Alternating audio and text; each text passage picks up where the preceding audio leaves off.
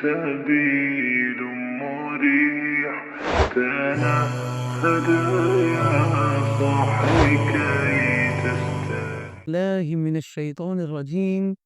بسم الله الرحمن الرحيم. وما أنفقتم من شيء فهو يخلفه وهو خير الرازقين. صدق الله مولانا العظيم وصدق رسوله النبی الامین الحنین العطوف الکریم۔ آئیے ہم سب مل کر بارگاہ بے کس پناہ میں درود پاک کا نذرانہ پیش کریں۔ پڑھے بآواز بلند اللہم صلی علی سیدنا و مولانا محمد وعلی آل سیدنا و مولانا محمد بارک وسلم صلاة و سلاما علیک یا رسول اللہ صلی اللہ تعالی علیہ وسلم۔ آج کے ہمارے اس درس کا عنوان ہے کہ گن کر دو گے تو گن کر ملے گا۔ اللہ تبارک و تعالی ارشاد فرماتا ہے وَمَا أَنفَقْتُم مِّن شَيْءٍ فَهُوَ يُخْلِفُهُ، جو کچھ تم اللہ کی راہ میں خرچ کرتے ہو تو اللہ تبارک و تعالی اس کا بدلہ تمہیں بڑھا کر دے دیتا ہے۔ فَهُوَ يُخْلِفُهُ، اس کے پیچھے ہی اس کے فوراً بعد اللہ تبارک و تعالی اس کا بدلہ دے دیتا ہے۔ وَهُوَ خَيْرُ الرَّازِقِينَ، اور سب سے بہترین رزق دینے والا اللہ ہے۔ اور اللہ تبارک و تعالی سے بہترین رزق دینے والا کوئی نہیں ہے۔ دنیا میں آپ کو کوئی کتنا بھی کھلا دے، کتنا بھی آسائش میں رکھے، کتنا بھی نوازے، لیکن اسے آپ رازق نہیں کہہ سکتے، آپ اسے رزاق نہیں کہہ سکتے۔ رزاق اور رازق صرف میرے رب کی ذات ہے۔ خود اللہ تبارک و تعالیٰ نے اپنے لیے فرمایا خیر الرازقین، سب سے بہترین رزق دینے والا، کیونکہ یہاں پر فرمایا کہ رزق دینے والوں میں سب سے بہترین رزق دینے والا ہے۔ اس کا مطلب کیا کہ کوئی اور ہے؟ رزق دینے والوں میں سب سے بہترین رزق دینے والا ہے، اس کا مطلب کوئی اور بھی ہے؟ کوئی رزق دینے والا نہیں ہے، لیکن لوگ سمجھ سکتے ہیں کہ فلاں مجھ کو دیتا ہے، فلاں مجھ کو عطا کرتا ہے، فلاں میری آسائش کے سامان کرتا ہے، تو کہا کہ ان سب کے بہتر اگر کوئی ہے تو میرے رب کی ذات ہے۔ حضرت عائشہ صدیقہ رضی اللہ تعالی عنہا سے مروی حدیث ہے، بہت ہی شاندار حدیث ہے۔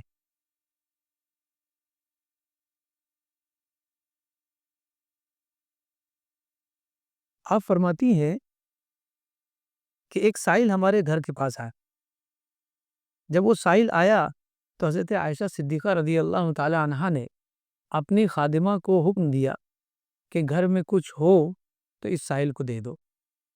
وہ خادمہ گئی اور کچھ سامان لیا اور باہر نکلنے لگی گھر سے کہ وہ سائل کو منگتے کو دے دے۔ جب وہ گھر سے باہر نکلنے لگی ہیں اتنے میں حضرت عائشہ صدیقہ رضی اللہ تعالی عنہا نے اس خادمہ کو آواز دی اور روک لیا۔ جب وہ رک گئی تو اسے بلایا اور اس کے بعد جو بھی تھیلی میں سامان تھا اسے چیک کیا اور اس کے بعد کہا کہ تم دے دو۔ یہ منظر اللہ کے رسول صلی اللہ علیہ وسلم نے دیکھا۔ جب آپ نے دیکھا تو آپ نے حضرت عائشہ صدیقہ رضی اللہ تعالی عنہا سے فرمایا کیا اس گھر سے کوئی سامان تمہارے دیکھے بغیر نہیں نکل سکتا ہے؟ یعنی اس گھر سے کوئی بھی سامان نکلے گا تو تمہارا چیک کرنا ضروری ہے۔ یہ حضرت حضور صلی اللہ علیہ وسلم نے حضرت عائشہ صدیقہ رضی اللہ تعالی عنہا سے فرمایا۔ حضرت عائشہ صدیقہ رضی اللہ تعالی عنہا نے عرض کی یا رسول اللہ، میں بس جاننا چاہتی ہوں کہ جو دینا تھا وہی دیا جا رہا ہے یا کم یا زیادہ ہے؟ جو دیا جانا تھا، جو میں چاہتی تھی دینا، وہی ہے یا کچھ اور ہے؟ تب اللہ کے رسول صلی اللہ علیہ وسلم نے ارشاد فرمایا لا تحسی فیحسی اللہ علیہ، شمار مت کرو ورنہ اللہ تبارک و تعالیٰ تمہیں دینے میں بھی شمار کرے گا۔ آواز سوچیے، جبکہ اس کا ایک ہی ماپ ہے، اللہ تبارک و تعالیٰ کا ایک ہی ماپ ہے کہ کوئی ماپ نہیں۔ جب بھی قرآن مجید میں پڑھو تو یہی فرمائے گا بغیر حساب، یعنی سب کا ایک حساب ہوتا ہے، اللہ کا بھی ایک حساب ہے، اور وہ کیا ہے؟ بغیر حساب، کوئی حساب نہیں۔ ہم ابھی تو راہ خدا میں آئے ہیں، نیکی کا کام کرنے لگے، لیکن جب ہم خدا سے دور تھے تب بھی تو رزق دے رہا تھا۔ اب ہمیں سوچنا چاہیے کہ ان دنوں میں اگر وہ چاہتا تو ہمیں کھپا دیتا، ضائع فرما لیتا، لیکن اس نے زندہ رکھا اور یہاں تک لایا، اس کا مطلب وہ محبت فرماتا ہے۔ اور یہ چاہتا ہے کہ میرے بندے کو آج نہیں کل تو احساس ہوگا۔ اب آپ سوچئے کہ رب کائنات یہ چاہتا ہے کہ میرا بندہ مجھ سے راضی ہو جائے، بندہ کیوں نہیں چاہتا کہ میں اس سے راضی ہو جاؤں؟ اور وہ اس کی دی ہوئی نعمت کو خدا کی راہ میں دے کر ہی راضی کر لے، یہ بھی ایک آسان کام ہے۔ تو یہ بہت عظیم واقعہ۔ اور اس کے بعد یہ سوال ہے کہ بندہ جب صدقہ دے تو اس کو بدلہ کیا ملتا ہے؟ اللہ کے رسول صلی اللہ علیہ وسلم ارشاد فرماتے ہیں کہ جب کوئی بندہ راہ خدا میں ایک کھجور کے برابر مال دولت کچھ بھی صدقہ کرتا ہے تو اللہ تبارک و تعالی اس کھجور کے برابر صدقے کو اپنے پاس رکھ لیتا ہے، اور اس کے بعد اس صدقے کو پالتا ہے۔ جیسے تم میں سے کوئی گھوڑے کے بچڑے کو پالتا ہے، کوئی بھی جانور کا بچڑا لاتے ہیں اور پھر اس کو پالتے ہیں، پھر اس کو جوان کرتے ہیں، پھر اس کی قیمت 4 گنا 8 گنا 10 گنا زیادہ ہو جاتی ہے۔ اللہ تبارک و تعالی اس صدقے کی قیمت کو پالتا ہے یہاں تک کہ وہ پہاڑ کی شکل اختیار کر لیتا ہے۔ جب وہ پہاڑ کی شکل اختیار کر لیتا ہے تب بندے کو لوٹاتا ہے۔ اور بندہ کیا سوچتا ہے، میں نے بھی کل دیا سکتا ہے، پھر آج تکلیف آ گئی۔ اللہ تعالیٰ کا ارادہ، اللہ تعالیٰ کا یہ وعدہ ہے کہ ایک دو گے تو ہم 7 نہیں دیں گے، 70 نہیں دیں گے، 700 دیں گے۔ اور اس کے بعد واللہ یضاعف من یشاء، یہ 700 کا حساب تم کو سمجھانے کے لیے، کیونکہ تمہیں گنتی سمجھ میں آتی ہے۔ اس کے بعد واللہ یضاعف، اور اللہ چاہے تو اس کا ڈبل بھی کر دے۔ اور پھر واسع علیم، اور اللہ تعالیٰ وسعت دینے والا ہے۔ پھر اب وسعت کی کیا انتہا ہے، کہاں ہے؟ تو یہ حساب اور کتاب جو ہے، جو جہاں بھی سمجھایا گیا کہ اس ایک نیکی کے 10 نیکی ملتی ہے، ایک کام کی 10 نیکیاں ملتی ہے، ہمیں اور آپ کو سمجھانے کے لیے، لیکن اس کی ہاں تو معاملہ ہی الگ ہے۔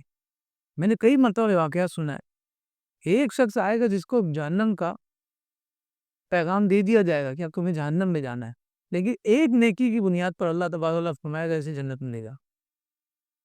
اب بتائیے جس نے زندگی پر نیکی کی وہ کیا کرے؟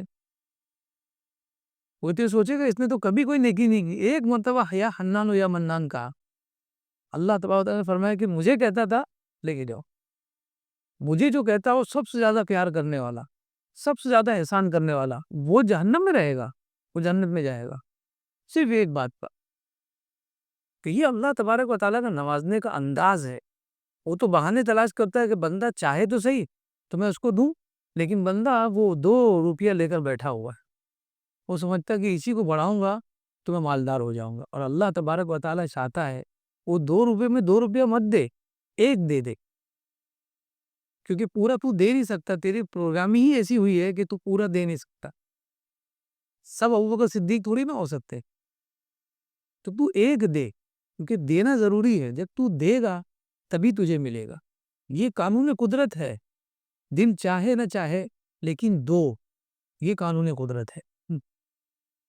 اس کے بعد ایک حدیث مبارکہ میں فرمایا، اللہ کے رسول صلی اللہ علیہ وسلم ارشاد فرماتے ہیں، اللہ کے رسول ارشاد فرماتے ہیں کہ اللہ تبارک و تعالیٰ ارشاد فرماتا ہے، اللہ کے رسول خبر دے رہے ہیں حدیث قدسی میں کہ اللہ تبارک و تعالیٰ ارشاد فرماتا ہے، انفق یا ابن آدم انفق علیک، اے آدم کے بیٹے اگر تو چاہتا ہے کہ تجھ پر خرچ کیا جائے تو دوسروں پہ خرچ کر۔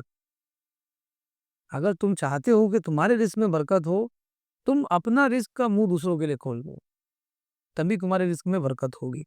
دوسری حدیث میں فرمایا، سبق درہم مئۃ الف درہم، اللہ کے رسول صلی اللہ علیہ وسلم اصحاب رسول سے ارشاد فرماتے ہیں، ایک درہم 1,00,000 درہم پہ ایک لاکھ درہم سے بڑھ گیا، ایک درہم 1,00,000 درہم سے بڑھ گیا۔ یہ کون سا حساب ہے؟ ایک درہم ہوتا ہے، 1,00,000 درہم 1,00,000 ہوتا ہے، ایک درہم 1,00,000 درہم سے کیسے بڑھ جائے گا؟ حضور نے فرمایا کہ ایسا ہی ہوا۔ صحابہ نے عرض کیا، رسول اللہ یہ کیسے ممکن ہے؟ تو اللہ کے رسول صلی اللہ علیہ وسلم نے فرمایا، ایک شخص تھا جس کے پاس 2 درہم تھے، یعنی پوری اس کائنات میں اس کی پراپرٹی 2 درہم تھی، بس 2 درہم کا مالک ہی تھا، وہ باقی کچھ تھا نہیں اس کے پاس۔ اس نے اپنا 1 درہم اللہ کی راہ میں خرچ کر دیا۔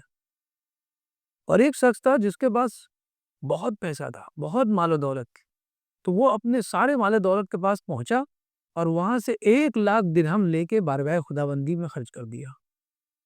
حضور نے فرمایا وہ 1 درہم اس 1,00,000 درہم سے بڑھ کر ہے، شارحین حدیث فرماتے ہیں اس کی وجہ یہ ہے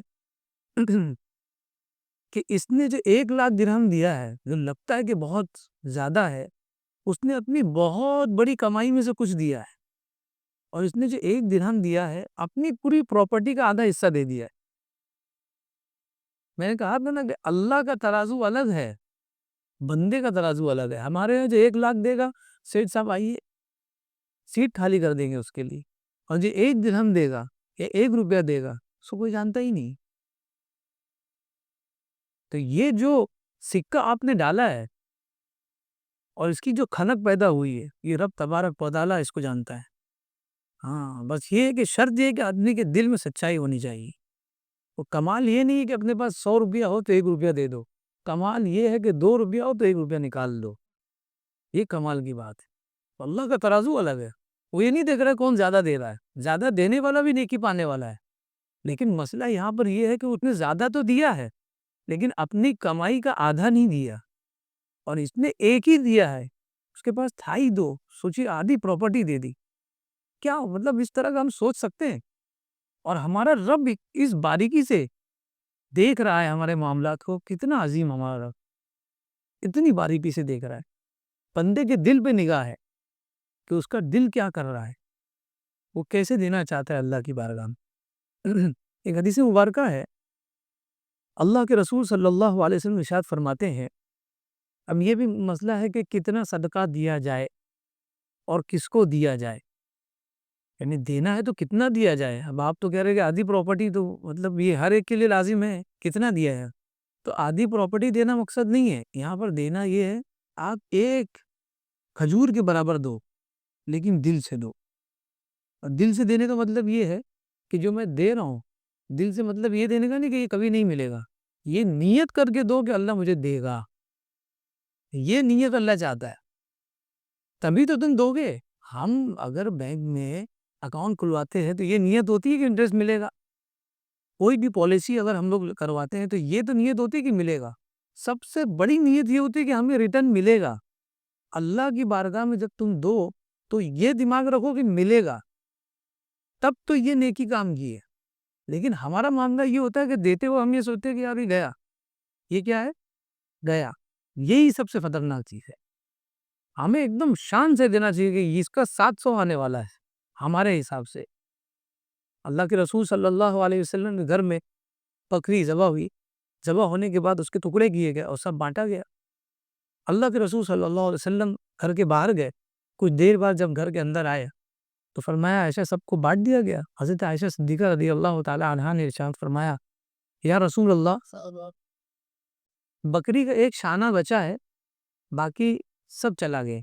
جملے پہ غور کریے، بکری کا ایک شانہ بچا ہے، باقی سب دے دیا، سب چلا گیا۔ حضور نے فرمایا نہیں، یہی ایک بچا ہے، یہ ایک رہ گیا، باقی سب پہنچ گیا۔ یہی ایک رہ گیا ہے، باقی سب اپنے اکاؤنٹ میں پہنچ گیا۔ اس کو بھی دے دیے تھے تو یہ بھی اپنے اکاؤنٹ میں پہنچا۔ ایمانیات، ارتقاءات، سوچ کی اونچائی، یہ بندے کو مومن بناتی ہے، ورنہ آپ خالی گٹھے بناتے رہے، دن اور رات مسجد میں بیٹھتے رہے، لیکن اگر دین کا علم ہی نہ ہو کہ سوچنا کیسے اپنے رب کے بارے میں، کیا فائدہ؟ کوئی مطلب نہیں اٹھ بیٹھ سے، جب تک کہ سوچ پیدا نہ ہو، اپنے رب کی قدرت پہ یقین نہ ہو، اور عبادت کرنے سے پہلے کیا انسٹرکشن ہے وہ پتہ نہ ہو، تو مطلب کیا ہوگا؟ اس عبادت کو کوئی مزہ نہیں۔ حضور نے فرمایا خیر الصدقۃ ما کان عن ظہر غنی، ہم سوچ رہے کہ دے کے ہم غریب ہو جائیں گے، حضور نے فرمایا سب سے بہترین صدقہ وہ ہے کہ جب بندہ صدقہ نکالے تو وہ غریب نہ رہے۔ یعنی حضور صلی اللہ علیہ وسلم نے ترغیب دی کہ اتنا مت دے دو کہ تم کو ضرورت پڑ جائے، اتنا دو کہ تمہارے پاس بھی رہے اور تم سامنے والے کو دے دو۔ کوئی مسئلہ نہیں ہے کہ آپ سوچو کہ یار میرے پاس اتنا ہے نہیں، میں اتنا دے سکتا ہوں، بالکل اتنا ہی دو، اتنا مت دے دو کہ کل تم کو ہاتھ پھیلانا پڑے، تم کو محتاجی آئے گا۔ اور اس کے بعد فرمایا کس کو دینا ہے؟ وَابْدَأْ بِمَنْ تَعُونَ، اور سب سے پہلے اسے دو جو تمہارے رشتہ دار ہیں، سب سے پہلے اسے دو جو تمہارے اہل ہے، پہچان کے لوگ ہیں، رشتہ دار ہیں، انہیں پہ سب سے پہلے دو۔ ایک حدیث مبارکہ میں ہے، حضور اقدس صلی اللہ علیہ وسلم ارشاد فرماتے ہیں دینار انفقتہ فی سبیل اللہ، ایک دینار جسے تو نے راہ خدا میں خرچ کیا، ایک دینار، وَدِينَارٌ أَنفَقْتَهُ فِي رَقَبَةٍ، اور ایک دینار تو نے خرچ کیا اس لیے کہ کسی غلام کو آزاد کر دے۔ پہلے زمانے میں غلام ہوتے تھے، بیچارے پیسی کے خریدے ہوئے ہوتے تھے، تو ان کو پیسہ دے کے آزاد کروا دیا کہ جا تو اپنی زندگی جی لے۔ وَدِينَارٌ تَصَدَّقْتَ بِهِ عَلَى مِسْكِين، اور ایک دینار ہے جس دینار کو تو نے کسی مسکین اور غریب پر صدقہ کر دیا۔ پہلا دینار راہ خدا میں خرچ کیا، دوسرا دینار کسی غلام کو آزاد کرنے کے لیے، اور ایک دینار کسی مسکین کو خرچ کرنا، مسکین کے اوپر۔ وَدِينَارٌ أَنفَقْتَهُ عَلَى أَهْلِكَ، اور ایک دینار ایسا ہے جسے تو نے اپنے اہل و عیال پہ خرچ کیے۔ 4 ٹائپ کے ہو گئے صدقے، یہ 4 ٹائپ کے صدقے ہیں۔ حضور اقدس صلی اللہ علیہ وسلم فرماتے ہیں اعظمها اجرا الذي انفقته على اهله، ان تمام 4 صدقات کی جو ویرائٹی بتائی ہے، ان میں سب سے عظیم صدقہ وہ ہے جو تم اپنے اہل و عیال کو دیتے ہو، جو تم اپنے اہل و عیال کے لیے خرچ کرتے ہو، سب سے پہلے ان کا حق ہے۔ آج ہمارے یہاں وہی تو معاملہ ہے، ہماری بہن اور ہمارا بھائی ضرورت مند ہے اور ہم غیروں کو بانٹ رہے ہیں، اور جس غیر کو آپ نے دیا ہے اس کے بھائی نے بھی یہی کیا ہے، اس کے باپ نے بھی یہی کیا ہے، وہ اس لیے آپ کے پاس آیا ہے، اور یاد رکھیں یہ بھی آپ کے بہن بھائی ان کے پاس جائیں گے۔ تو قانون قدرت ہے، آپ اپنے گھر والوں کا خیال رکھیں، فلاں اپنے گھر کا خیال رکھے گا، لیکن ہمارا معاملہ یہ ہے اپنے گھر والے کو دیں گے تو یہ تعریف تو کرنے والا نہیں ہے، اور غیر کو دیں گے تو کم سے کم سلام تو کرے گا۔ آپ کی نیت میں اگر کھوٹ ہے کچھ نہیں واپس آئے گا۔ یہ اسلام کا قانون ہے، سب سے پہلے نیت درست کرے، پھر آپ کو دیکھیے کیسے برسات ہوتی ہے، اور اگر نہیں بھی ہوئی تو اللہ تبارک و تعالیٰ تمہارے دل میں ایسا صبر ڈالے گا کہ لوگ تم سے مشورہ کریں گے کہ سر کیسے آپ صبر کر لیتے، یہ پہاڑ کیسے اٹھا کے ڈھونڈتے ہو، تعجب سے لوگ دیکھیں گے آپ کو۔ وہ ایک دور پر چلنے والی بچی کو لوگ تعجب سے دیکھتے ہیں، ویسے آپ کو دیکھیں گے کہ کتنا بڑا پہاڑ اٹھا کر اور صبر کرتا پھر رہا ہے، لیکن شرط اس کے لیے کیا ہے کہ بندے کی نیت صحیح ہو ہر کام میں۔ اللہ کے رسول صلی اللہ علیہ وسلم ارشاد فرماتے ہیں، اب یہاں پر یہ معاملہ آ جاتا ہے کہ بھائی کسی کے پاس پیسہ ہی نہیں ہے، مال و دولت اللہ نے اتنا نوازا نہیں کہ کسی کو دے سکے، تو وہ کرے کیا؟ صدقہ کرنے کی اس کی بھی خواہش ہے۔ حضور اقدس صلی اللہ علیہ وسلم ارشاد فرماتے ہیں ما ادخل رجل علی مؤمن سرورا، جب بھی کوئی انسان کسی مومن کے دل میں خوشی ڈالتا ہے، کسی بھی بات سے اس کو خوش کر دیتا ہے، چاہے وہ پیسہ دے کر ہو، صدقہ دے کر ہو، یا کچھ اچھا پیغام سنا کر ہو، کچھ خوشخبری سنا کر ہو، یا بس ایسی کوئی بات لطیفہ سنا دیا کہ اس کا دل خوش ہو گیا، صرف اس کے دل میں کیا کرتا ہے؟ خوشی ڈالتا ہے، تو اللہ تبارک و تعالی اپنی رحمت سے اس خوشی کو فرشتے کی شکل دے دیتا ہے۔ یہ حدیث مبارکہ ہے، وہ خوشی کو فرشتے کی شکل دے دیتا ہے، پھر وہ فرشتہ اللہ کی عبادت کرتا رہتا ہے، اور اس کی عبادت کرتا رہتا ہے، اس کی توحید بیان کرتا رہتا ہے۔ کب تک؟ جب تک وہ جو خوشی ڈالنے والا ہے مر نہ جائے، جب تک وہ زندہ رہتا ہے وہ خوشی والا فرشتہ اللہ کی عبادت کرتا رہتا ہے۔ سوچیے آپ، گھر بیٹھے، ہم لوگ تو آج یہ سوچتے ہیں کہ گھر بیٹھے کیسے پیسے ڈبل ہو جائے، گھر بیٹھے نیکی ڈبل ہو سکتی، اور اسی نیکی سے آپ کا پیسہ بھی جڑا ہے، کیونکہ اللہ تبارک و تعالیٰ کسی کا قرضہ رکھتا نہیں ہے، آپ نے نیکی کی ہے یہیں لے کر جاؤ۔ کہا کہ وہ جب تک زندہ رہتا ہے وہ اللہ کی عبادت کرتا رہتا ہے اور اس کی توحید بیان کرتا رہتا ہے، اور جب وہ بندہ انتقال کر جاتا ہے اور قبر میں پہنچتا ہے تو یہ سرور فرشتے کی شکل میں قبر میں اس کے پاس پہنچتا ہے، اور کہتا ہے کہ مجھے جانتے ہو؟ تو صاحب قبر کہتا ہے کہ تم کون ہو؟ تو کہتا ہے کہ میں وہی سرور ہوں، وہی خوشی ہوں جو خوشی تم نے کسی اپنے بھائی کے دل میں ڈالی تھی، اور آج میں یہاں پر اس لیے آیا ہوں تاکہ تمہاری سفارش کروں بارگاہ خداوند میں، اور یہی اسی قبر میں بیٹھ کر تمہیں جنت کے مناظر دکھاؤں، اور اس قبر کی تنہائی کو تمہارے لیے ختم کر دے۔ آج تم نے کسی پریشان حال کا دل خوش کر دیا، اللہ تبارک و تعالیٰ اس وقت یعنی قبر میں جب کوئی مونس اور یار مددگار نہیں ہوگا، اس وقت اسی سرور کو بھیجے گا کہ وہ اگر تنہائی محسوس کرتا ہے اس کی تنہائی کو ختم کر دے۔ تو کوئی ضرورت نہیں، اگر آپ پیسہ نہیں دے سکتے، آپ کے پاس نہیں ہے، کوئی مسئلہ نہیں، لیکن کم سے کم کسی سے محبت سے بات تو کر سکتے ہیں، کسی کو مسکرا کر دیکھ تو سکتے ہیں۔ نہیں جانتے آپ، بس خالی مسکرا دے، سب سے عظیم صدقہ ہے۔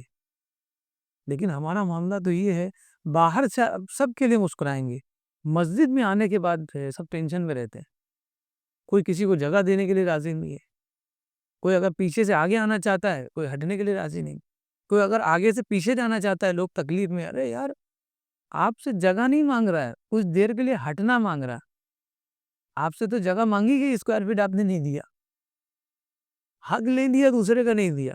میں افسوس حیرت ہوتی ہے مسجدوں میں کہ وہ تھوڑی دیر کے لیے کہہ رہا ہے کہ ہٹ جاؤ مجھے جانے دو، تو نہیں ہٹ پا رہے ہیں۔